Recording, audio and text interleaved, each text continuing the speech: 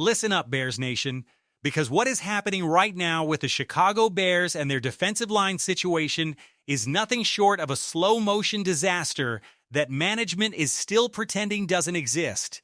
And the clock is officially ticking. Training camp is weeks away. The NFC North is loading up. And your Chicago Bears?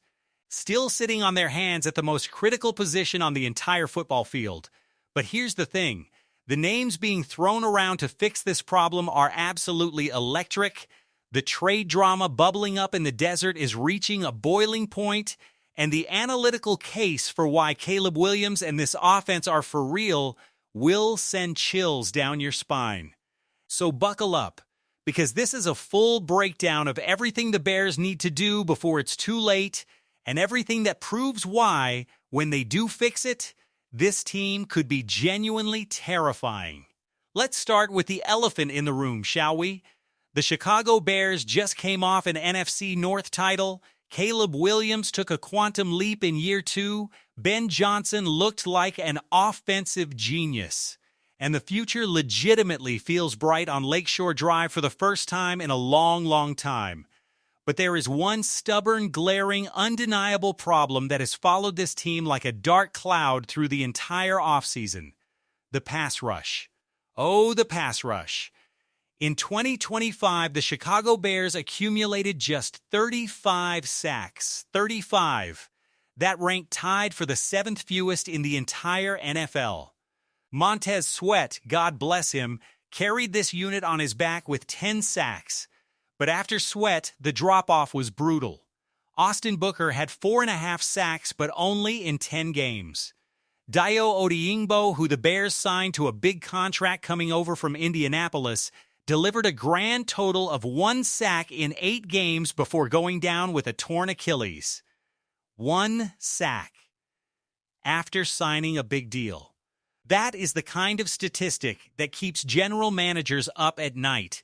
And yet, the Bears went through an entire offseason, an entire free agency period, an entire NFL draft without adding a single edge rusher to the roster.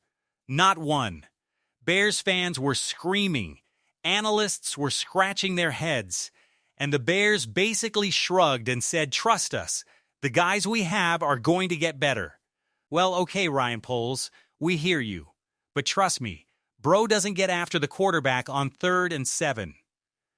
Now, with training camp approaching fast and the roster largely set, the Bears suddenly find themselves in a desperate scramble because the veteran pass rusher market is drying up in real time. Cam Jordan, who was being floated as a potential target for Chicago, given his history playing under defensive coordinator Dennis Allen in New Orleans, went ahead and re-signed with the Saints. Just like that, the most scheme-perfect option walked right out the door. And that's when the dominoes really started to fall, and when the name that has been circulating through Bears circles like wildfire became impossible to ignore any further. Joey Bosa. The man, the myth, the former Defensive Rookie of the Year. 4 Pro Bowl selections. A pedigree that is absolutely undeniable. And right now, as of this moment, he is sitting at home working on his golf game. His own brother, Nick Bosa, said so publicly, and the Chicago Bears are being screamed at by the entire national media to pick up the phone and make it happen. ESPN's Aaron Schatz put it plainly, Bosa had a 12.2% pass rush win rate last season with the Buffalo Bills, went along with 5 sacks, played 15 games, and most importantly, he has played most of his career with his hand in the ground, making him the prototype fit for Dennis Allen's 4-3 base defense. Of the 3 big veteran options still available, Bosa, Clowney, and Von Miller, Bosa is the guy analysts keep circling back to as the perfect schematic match for what Chicago is trying to build on defense. Here's what makes the Bosa conversation so fascinating. Not long ago, people were writing his career off entirely. Injuries ravaged him in Los Angeles. He played 5 games in 2022, 9 games in 2023, and it genuinely looked like his body was betraying him. But then something changed. He played 14 games in 2024, 15 games in 2025. The durability questions, while never fully erased, have quieted significantly. And his advanced metrics tell an even better story. Graded his pass rush win rate even higher than ESPN's data, coming in near 14%. He generated nearly 50 pressures as essentially a rotational player for Buffalo. The man still has gas in the tank. The only question is whether the Bears have the nerve to make the call. And let's be real about what Bosa would actually mean for this defense. He wouldn't be asked to be the guy. He wouldn't be the alpha. Montez Sweat is the alpha. Austin Booker, who is poised for a breakout year with a full, healthy season, is the emerging star. Bosa would slot in as the third wheel, the veteran rotation piece who can pin his ears back on third down, hold his own against the run, and give Sweat and Booker the rest they need to be explosive deep into games and deep into January. You are not breaking the bank for this. We're talking about a base value somewhere around $6 to $8 million, which, in today's NFL economy, is practically a rounding error for what you get in return. But Bosa isn't the only name making waves. Let's talk about the other two veterans still sitting out there on the free agent market. Jadeveon Clowney, the man who has been described as so underrated by people who pay close attention to this game, is arguably the most complete player of the bunch. Clowney can play in multiple schemes, bring size, power, and versatility against both the run and the pass. He's a matchup nightmare. If you want the most well-rounded addition, Clowney might actually be your guy. Then there's Von Miller, the legendary pass rusher who quietly put together 9 sacks for the Washington Commanders in 2025 and still brings that elite off-the-edge speed that makes offensive tackles lose sleep. Miller was actually under Dennis Allen in Denver during his rookie year, so the familiarity is there. The name of Josh Sweat is reportedly making it known that he is not a happy camper. Sweat, who posted 12 sacks last season with Arizona, his most productive pass-rushing campaign, missed organized team activities amid a contract holdout situation. He eventually showed up to mandatory minicamp, but the damage to the relationship with the new Arizona regime was done. Reports have indicated that Sweat has been letting it be known that he is unhappy in Arizona. The Cardinals, who are clearly in full rebuild mode under a new head coach, have been taking calls from around the league on Sweat's availability. And here's where it gets really spicy for Bears fans. Bleacher Report outlined a midseason trade scenario where the Bears acquire Josh Sweat from Arizona in exchange for a conditional 2027 third-round pick and a 2028 third-round pick. 2/3. For a guy who just had 12 sacks and 4 forced fumbles. A guy who is coming off the most explosive season of his career. Now, Josh Sweat is not a perfect player. He has never been an elite run defender, and he is not the type to grind through the trenches on every single snap. His specialty is getting after the quarterback, using those long arms to disrupt and destroy. But you know what? In Ben Johnson's offensive-minded culture, in a city where Caleb Williams and that brilliant offense can keep the Bears in games comfortably, you don't need your edge rusher to be a run-stuffing monster every play. You need him to terrorize quarterbacks, and Josh Sweat does that. The financial math makes sense, too. If Arizona trades Sweat after June 1st, which they are now well past, the cap hit for the acquiring team comes in under $11 million for 2026. Friendly, manageable. And Sweat's contract, while sizable, has no guaranteed money remaining after 2027. Meaning a team could move on relatively cleanly if needed.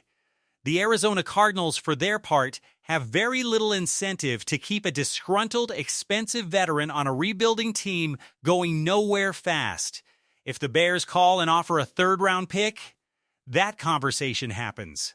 Whether it becomes a deal before training camp or potentially at the trade deadline remains to be seen. But make no mistake, Josh Sweat is a name Bears fans need to have on their radar in a very serious way.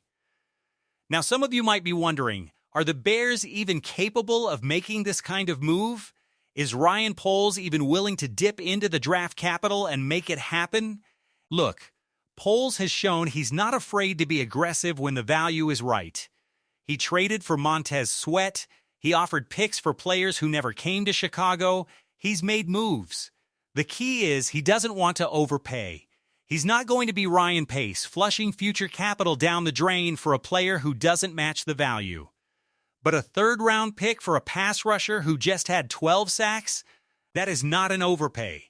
That is a smart, aggressive, win-now move that screams this organization is serious about competing for a Super Bowl. And speaking of competing for a Super Bowl, let's shift gears and talk about something that absolutely demands to be discussed, because it goes to the heart of why the Bears are so exciting heading into 2026 and why the national media's doubters need to sit down and shut up.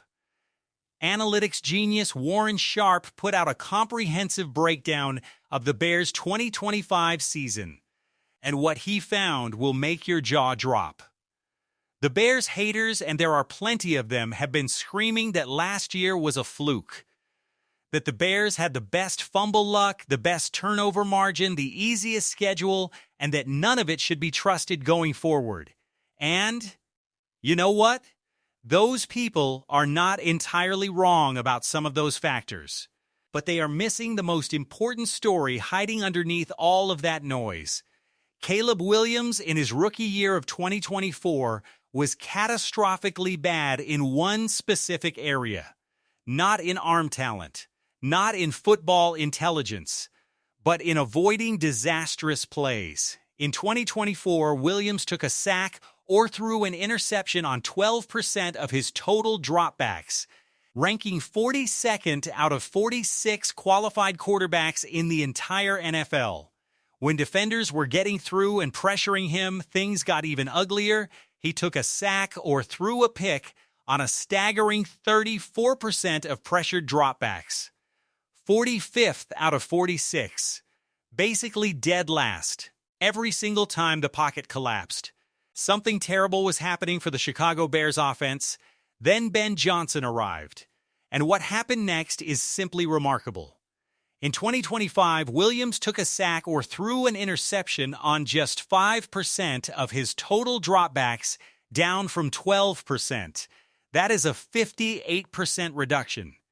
And his ranking went from 42nd all the way up to 3rd in the entire NFL.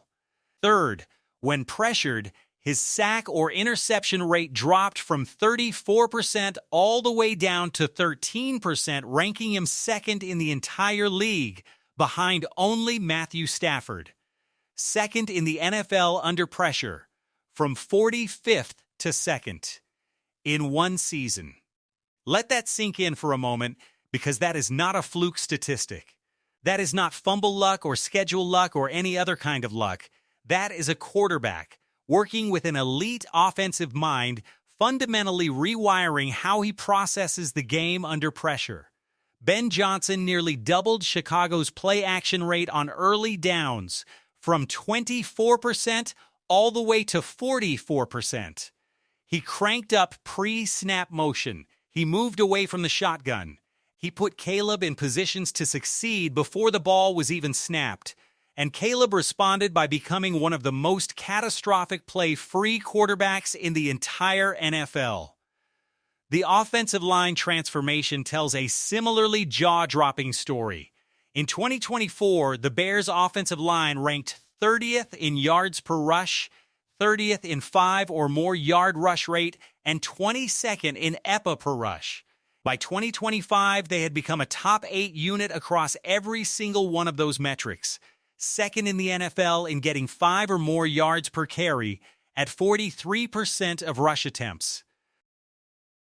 The additions of Joe Thuney and Jonah Jackson, combined with Darnell Wright's continued development, turned this unit from a liability into a weapon.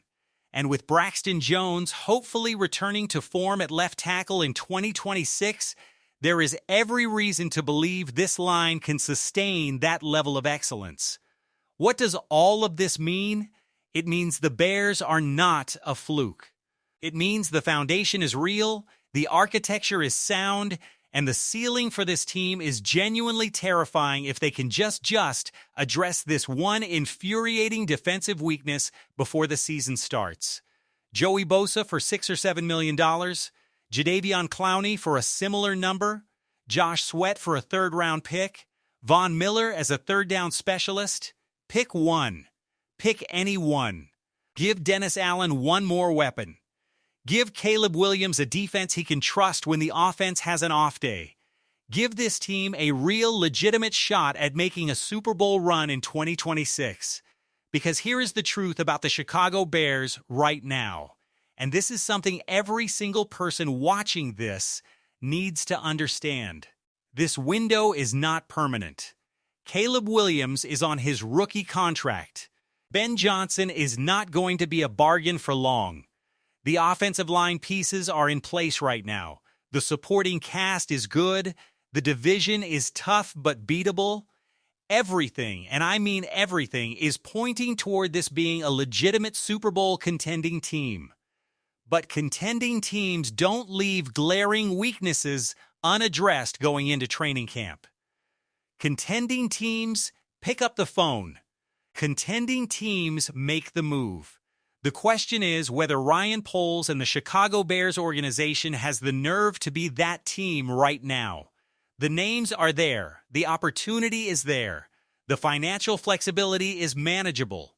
All it takes is one phone call, one press release, one signing, and this Bears defensive line goes from a legitimate concern to a genuinely scary group. The countdown to training camp is on, Bears Nation. The pass rush situation cannot stay the way it is. Something has to give. And when it does, whether it's Joey Bosa walking through those doors at Hollis Hall, Josh Sweat arriving in a trade, or Jadeveon Clowney suiting up in navy and orange, this Bears team is going to make the rest of the NFC very, very nervous. Bear down, Chicago. The window is open. Time to climb through it. If you made it this far and your blood is pumping as fast as ours is right now, smash that like button, drop your thoughts in the comments below, and make sure you subscribe to the channel so you don't miss a single update as this situation develops heading into training camp. This story is far from over, and you do not want to be the last Bears fan to know when it breaks. We'll see you in the next one. Bear down.